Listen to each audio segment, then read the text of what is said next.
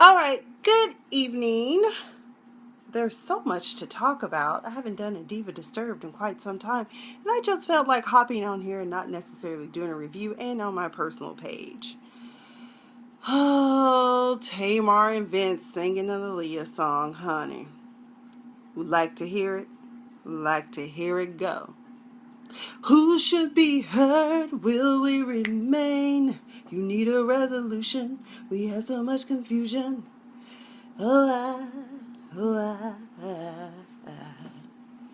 Baby, some of them jumped off down to this here Ritz-Carlton and they land to these fools in here nook if you buck.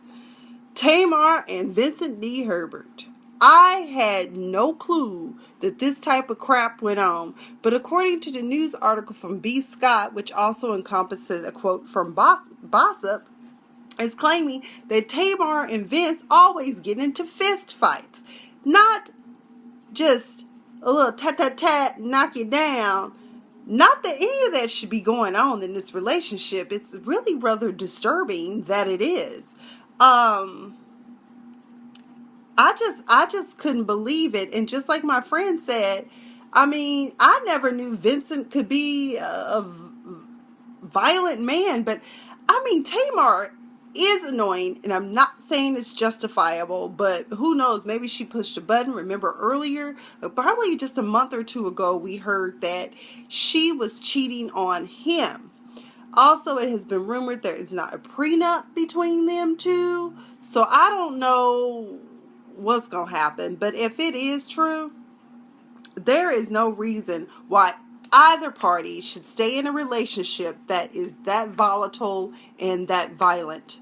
You need to go ahead, get out of the relationship, separate your assets, have a custody agreement set up for the one child you all do have, and get out.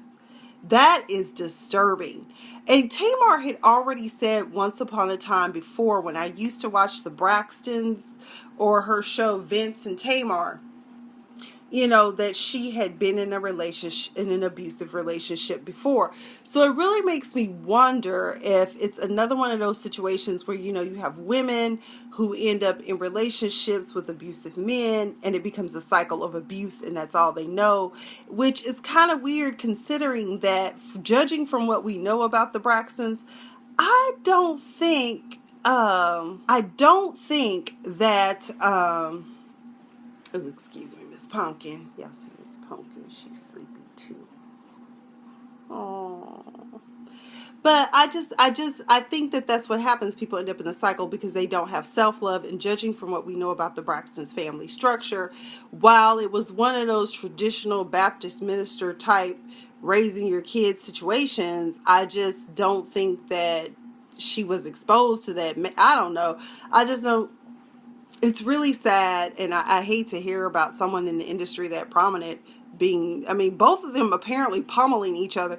They said this time that Vince bit Tamar's hand so hard until it drew blood. And I said, damn, was he hungry or just crazy? I mean, what the... I don't understand it. Girl, you and Vincent just need to go ahead and break it up. You can get some money. You got vocals. You just need to work on your daggone attitude and working with people. Because I don't care what nobody say. That extraness and that enablement that her family gives her is what's going to kill her career. So maybe this might be a wake-up call. When the initial reports came out about the violence, the alleged violence, we assumed that it was... a plot, a stunt to get more viewers for their show, because me personally, they lost me as a viewer. I couldn't take Tamar anymore. That extraness, that's I gotta be seen. I said, I can't do this. But I don't like hearing about anyone being in a violent, volatile relationship, especially when there's a child involved. So I think that it's time to separate. Cut your losses and move on, because it don't make any sense to have that type of foolery in the news about you. It diminishes the brand. It alerts us that there are issues and that maybe Dr. Sherry ain't sufficient. Maybe y'all need to move on to Ileana or somebody, because it ain't working. Okay. Let's see what else is in the news. Twice in the past week, I've had to ask myself, Ashton, where are you? It was just announced last night that Alicia Keys, my soror, and Miley Cyrus, the wannabe twerk queen with no ass at all, will be judges, I guess, or talent court. Whatever. I don't watch The Voice. All I know is I want to know, Ashton Kutcher, where are you? Are we being punked? I personally don't know anything about Miley Cyrus's vocals because she spent way too much time twerking, which was very disturbing. Alicia Keys, that's my soror. I will always love her. She's just been a little strange these days, and she's never been a strong vocalist. Music-wise, writing-wise, she is a talent. But I'm trying to figure out what advice can she proffer. If you start losing the audience, be sure to just act a total plumb fool on stage by turning over equipment and walking off stage in anger. That's what I did at the BET Awards with no makeup, just some gloss. I don't know. Good luck to The Voice. And I question them picking talent. I thought they were a little bit better than American Idol, but you turned down two people I know personally that are great talents. And I'm just like, y'all missed out, but that's okay. We'll just do it independently. It's all good. Let's see, who else? This was the biggest punk of last week. Here's the thing. I think it was Alex Rogers or Justin J, one of the two bloggers that I follow on YouTube. Countess Vaughn. What the hell was this low budget, unmixed, low quality audio used on a dollar store video? And then someone said that she attempted to release a second version. Regardless of whether you were trying to do it to be funny, just to gain more followers, to trend, it's a diminishment of your brand. That shit was horrible. Okay? I'm wifey, don't you know I'm wifey? And then like that one scene where she had on the magenta pink with the breast all squeezed together, it looked like, they were asking to be released for life. I said, what the hell is going on in this video? Lisa Wu, did you really do this? Is this the version you intended to release? Cause I wasn't laughing. I was sad. I was disappointed. I said, what the hell is Ashton? Are you out there? Because maybe we need to bring punk back. Tamika, girl, I'm so mad at her. I'm so mad at her. I'm so mad at her. Okay. Tommy, what are you talking about? I do these all the time, and I'm not going to talk about that stuff. A Diva Disturbed is all about me talking about trending topics from politics to fashion to pop, which, by the way, we're about to get into that, too. Moving on from the foolery. Let's get on to something that I am sick and tired of every opportunity these folk get, and I'm just going to call them folk. So, as you know, the flooding in Louisiana has been horrendous and tragic. And I was so sad to hear that some people, especially these business owners that have been there for years, some of them didn't even have insurance. And before I get into what I want to talk about, I'm just going to plug it in here since I am one of those people that is totally into people being financially literate.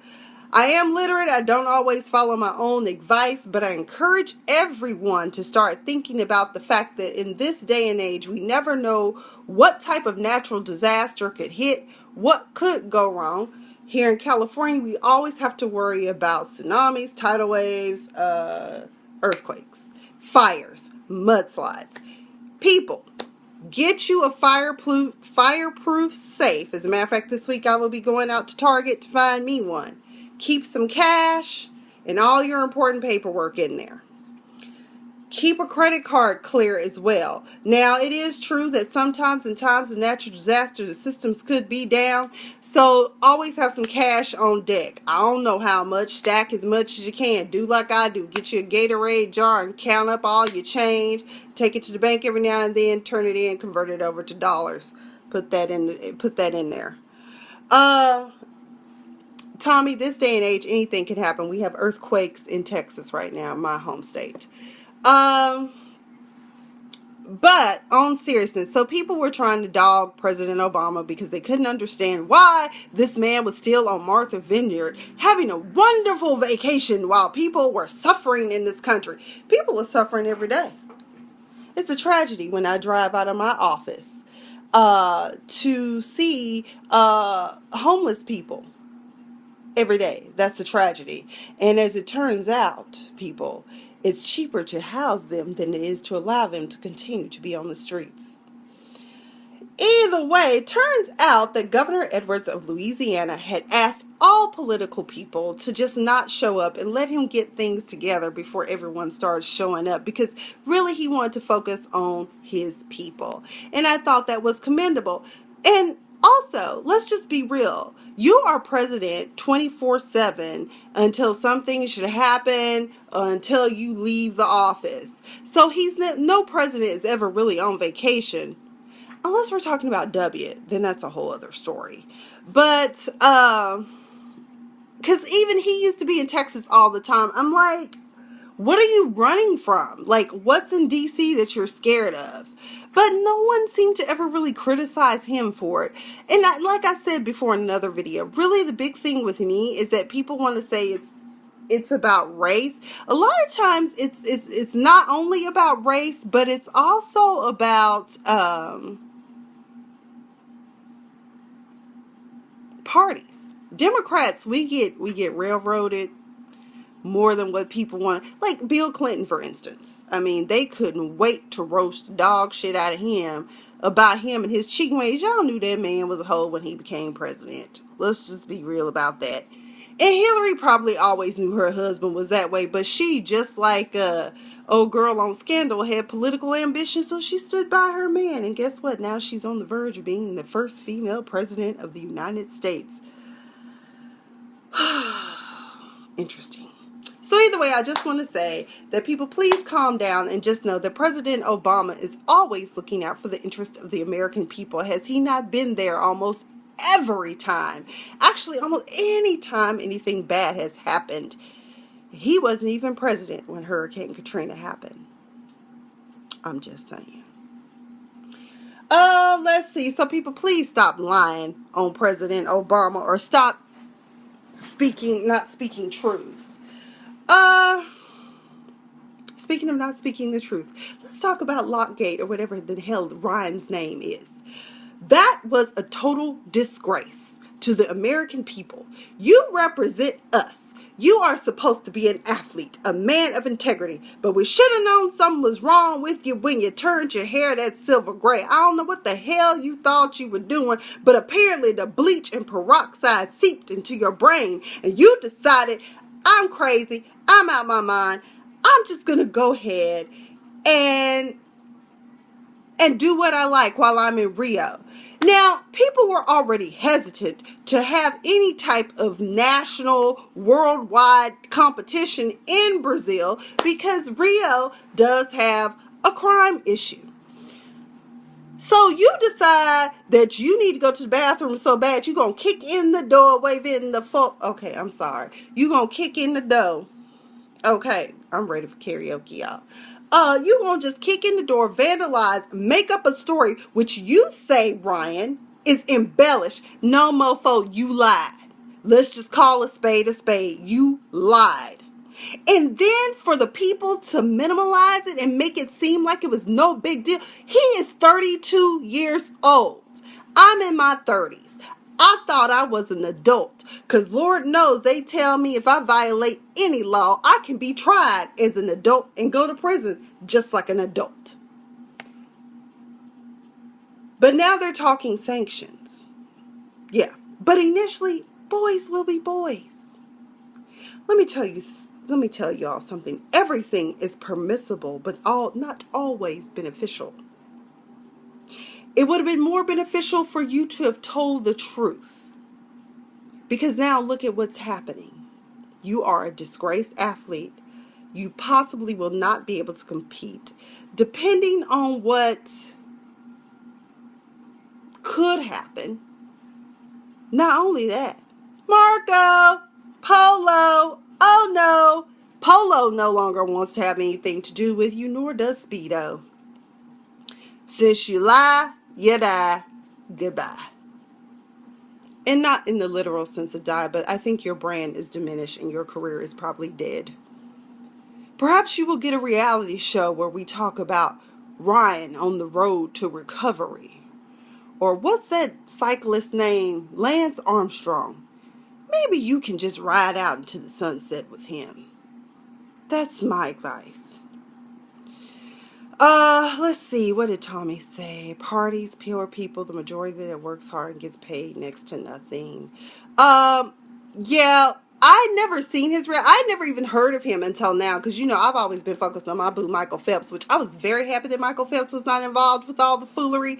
And another thing about Loke, bro, what's up with the bromance? What's up with the love? You left your boys hanging. That's fucked up. I'm gonna never speak to you again. You couldn't be my friend. You lied. Goodbye. No, I'm not taking the fall for you. That's not part of the deal. That's not part of the deal. Yeah, if he had said, and see, that's nothing. You see, he ran out of Rio as fast as he could because he knew what was coming. He knew he had messed up. It just don't make any sense. But because my blood pressure's starting to shoot up, and I don't take my water pill until in the AM, so I'm not gonna hop on anything else. Let me move off of that. Speaking of people's integrity that is in question, let's talk about Bill Cosby. Monique Pressley.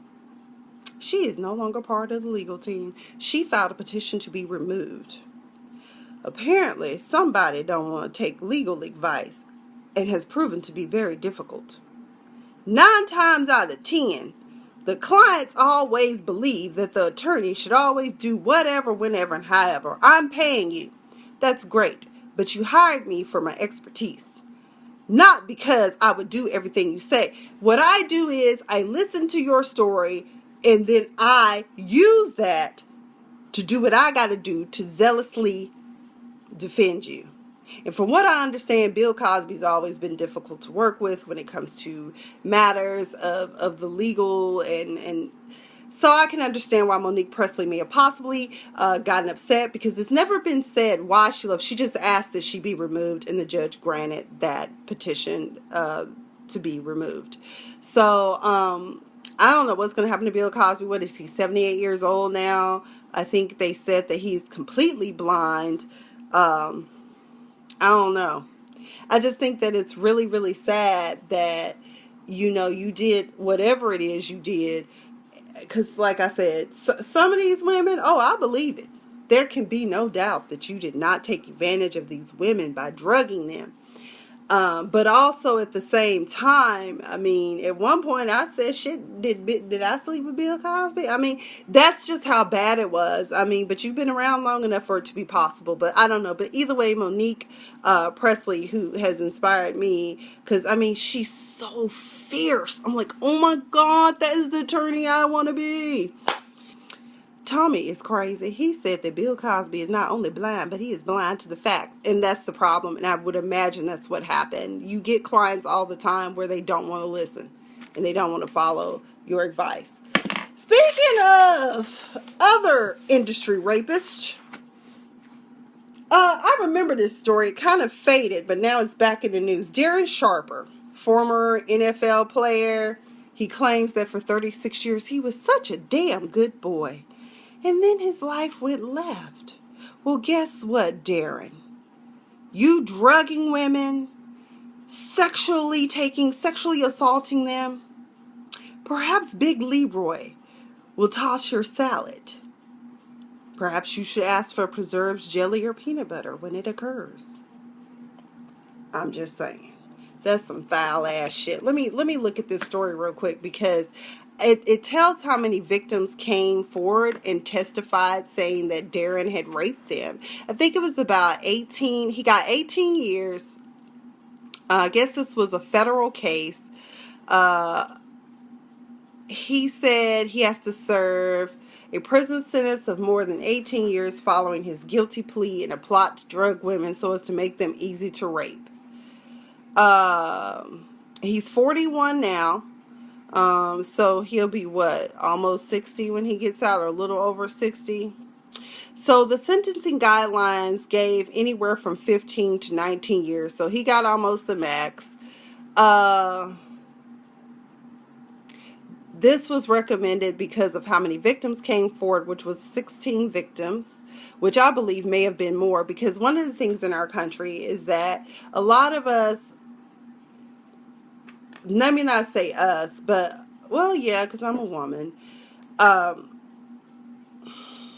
Many rape victims remain silent because you see injustices handed down, like that of the Stanford swim case, or, just a lot of things, women being berated. Let it be someone that's prominent, that's popular. Just an example, I'm not saying this person has raped anyone, but let's say that it came out that Michael Jordan or somebody was a rapist. Do you know how many people would stand with him and not the rape victim and not really want to believe? Let's just look at Bill Cosby. How many people came out in droves in denial about the fact that this man possibly could have raped people? And people, well, why didn't they come here? Why didn't they do what the people said they were going to do? It's like you just don't know until anything in this life, until it happens to you, shut up. That's all I got to say about that. Now, Omarosa Billy Goat, that's not her real name. I think it's Manigoat. I don't know. I call her Billy Goat. She's supposedly an evangelist, minister, something, but her unchrist-like, unsavory behavior leads me to believe otherwise. Furthermore, she also said essentially that Donald Trump's haters will bow down to him. Well, Miss Omarosa, you can bow down, but I would much rather be like, the three men in the fiery furnace than to bow down to Donald Trump. I would much rather swim over shark-infested waters and pray that God takes care of me instead of bowing down to Donald Trump. You, my dear, are alone in that category. Support him all you want. But I will say this. My trainer tagged me in a most interesting video. There's a guy who has like a business school, Dr. Boyce Watkins, and he has a lady that comes on and do commentary. Well, the first time I ever came across this lady, she said something I totally didn't agree with. It was about Michelle Obama and how horrible the Obamas were for this country, which I'm like, whatever, shut the hell up. But she did make a valid point. People were mad at Donald Trump for making statements saying that he would, black people are poor. We are. And in this country, we are behind, and there are numbers to back up what he's saying. Yes, Donald Trump is a total ass, total fool, but it's true what he said. We are. And there are a number of reasons why. It goes as far back as slavery. It goes as far back as 1781, I believe it is, Willie Lynch. The divisive natures.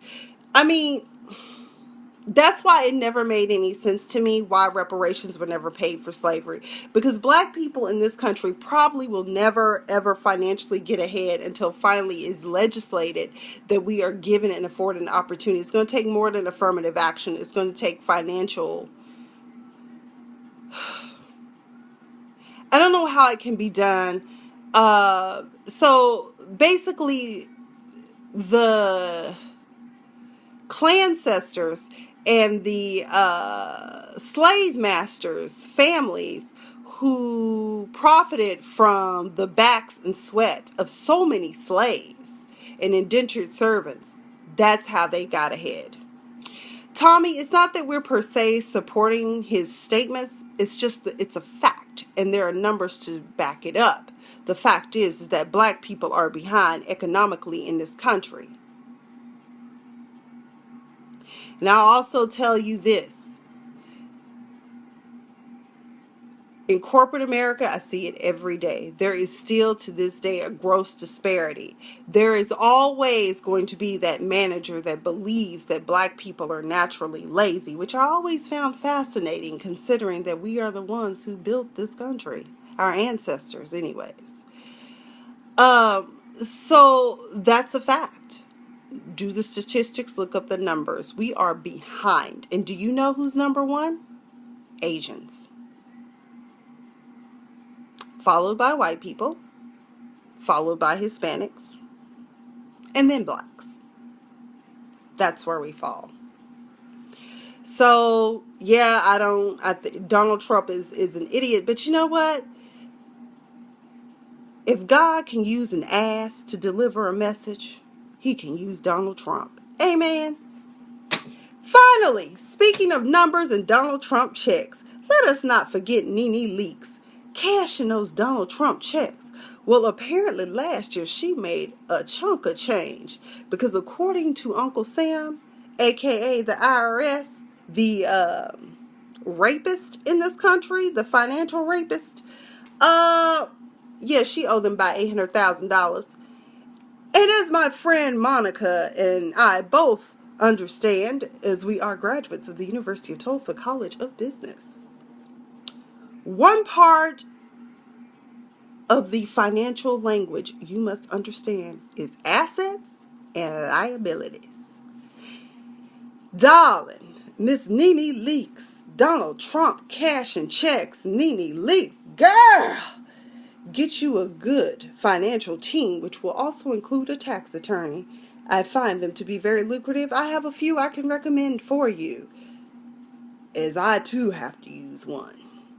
Lord knows when your accountant messes up your damn returns, who knows what could go down. Trust me, I know. I was terrorized by them for years until we finally got it worked out and found out that somebody messed up the numbers, and it wasn't on my side. It was on their side, so I don't owe y'all shit. But anyways, I think that's all I've got to talk about. Tommy, let's see. Tommy was my number one. Who all joined? Shout out to Tommy for joining tonight's Insomniacs edition.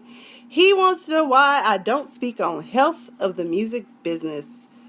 And check out one of his homeboys. I don't know. I'm not that versed in it, although I can read the hell out of a contract and tell you, don't sign it. Because I did study entertainment law. Let's see. Tamika, girl, that Countess Vaughn thing still gets to me. Tidal waves in LA, it could happen. You never know. I mean, we even had a tsunami not too long ago. Actually, we did. Look it up. Louise, I don't know if you're still on there, but hey, girl, one of these days I'm gonna make it to Australia. Maybe I should come to Australia next year. We'll see. Parties, people, okay, look, it's been crazy. He's younger than LeBron. He filed a fall. Okay, I think that's it. Thank you, Leola, for joining.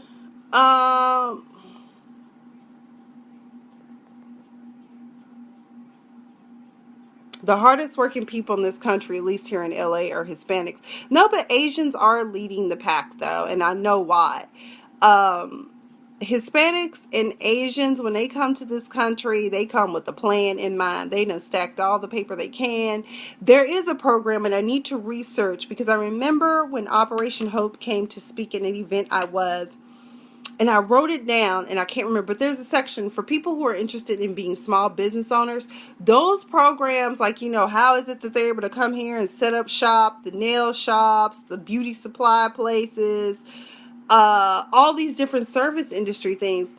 There's a certain, in the Small Business Administration, there's a way to get basically a loan. But also to women out there, in case you didn't know, Tory Burch, the fashion designer, does offer micro loans, which is a great way to get a business started off. Also, Union Bank works with Operation Hope, and they can help you get your small business off the ground. Who else? Wells Fargo also offers a learning program called Hands-On Banking, which they have a complete curriculum on entrepreneurship, all of that. So really the information is out there. I think part of the problem is that people are afraid. Don't be afraid.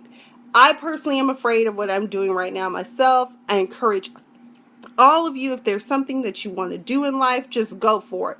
I'm scared, but I'm doing what I got to do. I haven't fully executed everything I'm supposed to be doing, but my blog is up. I try to post an outfit of the day every day. Right now, my photographers are either out of the office or they transferred, so I gotta find me a new photographer. I'm thinking I might do like my girl does that I follow on Style Pantry, and just every Saturday and Sunday just put together a week's worth of posts and get it done that way. But don't be afraid. The money's out there. It's just that we have to be strategic about it. And there's venture capitalists out there. I mean, just because they're on Shark Tank doesn't mean that there's not other fish in the sea. I'm just saying. There are people out there that have money that are willing. If you've got the business plan together, they're willing to give you the money. There are friends and family that will also gladly support you, and all they ask for is a return on investment. So just think about that. Don't forget to start putting some money on deck. I've got to go shopping myself for a fireproof safe.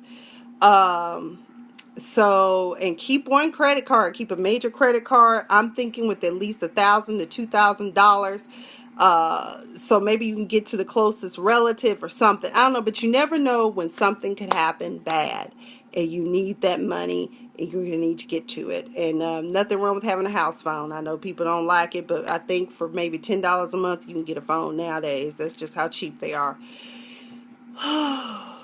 I love you too, Tamiko. I've got another friend that I want you to meet that she lives in Moreno Valley too, so I'm hoping maybe you guys can connect. Tommy, I don't think I ever listened to your first solo release now. I just knew about your group. I have a Brink safe, very steady. You should be good. So just keep all of your paperwork in there, and just just be prepared. Just start stacking some cash. It don't have to be a lot, but you need something to be able to at least move from the disaster area to a place of safety. Like for me, I guess the next closest place for me, if nothing happened, would be Arizona. Because Monica, I know you would take me in. You and Charles and the girls would take me in, right? Cousin Pam. Okay. So I thank everyone for their prayers, and everyone have a wonderful night and a wonderful, beautiful day. Love you. Good night.